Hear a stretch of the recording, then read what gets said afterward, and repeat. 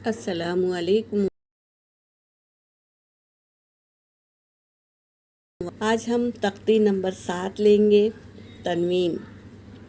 दो ज़बर, दो ज़ेर, दो पेश को तनवीन कहते हैं। तनवीन के पढ़ने में नून की आवाज़ आती है। जैसे दो ज़बर, हमज़ा दो ज़बर अन, बा दो ज़बर बन। अलिफ लिखा जाएगा लेकिन पढ़ा नहीं जाएगा। ता दो ज़बर तन, सा दो ज़बर सन, जीम दो ज़बर जन। अब दो ज़ेर की मश्क लेंगे। हमज़ा दो ज़ेर इन, बा दो ज़ेर बिन, ता दो ज़ेर तिन, सा दो ज़ेर सिन, जीम दो ज़ेर जिन। अब पेश की मश्क लेंगे। दो पेश की। हमज़ा दो पेश उन, बा दो पेश बुन, ता दो पेश तुन, सा दो पेश सुन, जीम दो पेश जुन।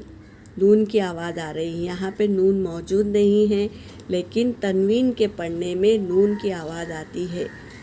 यहाँ पर मेरा तनवीन का क़ायदा हो गया। अल्हम्दुलिल्लाह।